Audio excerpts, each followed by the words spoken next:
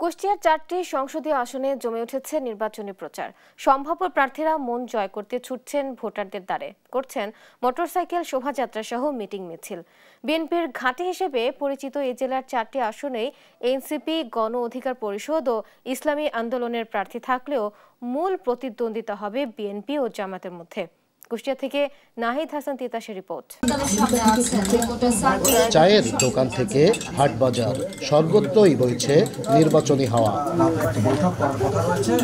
১৬০৯ বর্গ কিলোমিটার আয়তনের লালন ও রবীন্দ্রনাথের তীর্থভূমি কুষ্টিয়া জেলার 4টি সংসদীয় আসনে মোট ভোটার ১৬,৭৪,৯১৪ জন।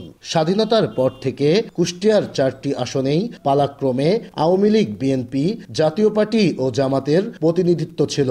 ১৯৯১, ৯৬ ও ২০০১ সাল পর্যন্ত পরপর 3টি নির্বাচনে আসন 4টি ছিল বিএনপির দখলে। ২০০৮ সাল থেকে চলে যায় পতিত আওয়ামী লীগের দখলে। ৪০ বছর ধরে অসংখ্য খুশির মিছিলে ছিল আইডিয়ালসি, থাকবে আগামীতেও। এসব আসনে বিএনপি ও জামাত সহ এনসিপি, গণ অধিকার পরিষদ ও ইসলামী আন্দোলনের সম্ভাব্য প্রার্থীরা এখন ছুটছেন ভোটারদের দ্বারে দ্বারে, করছেন মোটরসাইকেল শোভাযাত্রা সহ মিটিং মিছিল।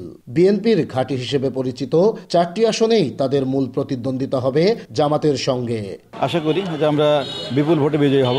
আমরা যদি নির্বাচিত হতে পারি, আমরা ইতিমধ্যে বলেছি যে শিক্ষা, স্বাস্থ্য, কর্মসংস্থান, অবকাঠামো এই সমস্ত খাতে আমরা কাজ করব। যতদূর আসলাম প্রত্যেকেই প্রায় বাড়ি থেকে বের হয়ে আমাদের সালামের জবাব দিয়েছে।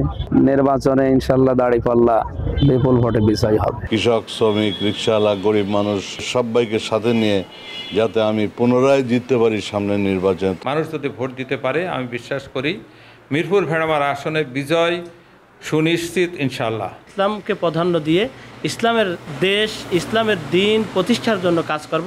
এদেশের নির্যাতিত, নিপীড়িত মানুষের সঙ্গে সর্বক্ষণের জন্য আমরা আছি এবং থাকব। সুষ্ঠু ও শান্তিপূর্ণ ভোট চান কুষ্টিয়ার ভোটাররা, যেন নিজের পছন্দের সৎ ও যোগ্য প্রার্থীকে ভোট দিতে পারেন। আমরা সুষ্ঠু নির্বাচন চাই, আমরা কোনো মারামারি চাই না। নির্বাচন হবে অবাধ, সুষ্ঠু ও নিরপেক্ষ, জনগণের অংশগ্রহণমূলক। যে প্রতিনিধি কোনো ধরনের সহিংসতা করবে না, সমাজের সবাইকে সমানভাবে দেখবে, এমন একটা প্রতিনিধি এবারে নির্বাচনে চাই। অবিলম্বে যেন একটা সুন্দর, একটা সুষ্ঠু নির্বাচন কিন্তু আমাদের জনগণের চাওয়া। নির্বাচন সুষ্ঠু ও শান্তিপূর্ণ করতে রাজনৈতিক দলগুলোর দায়িত্বশীল আচরণ প্রত্যাশা করেন সচেতন নাগরিকরা।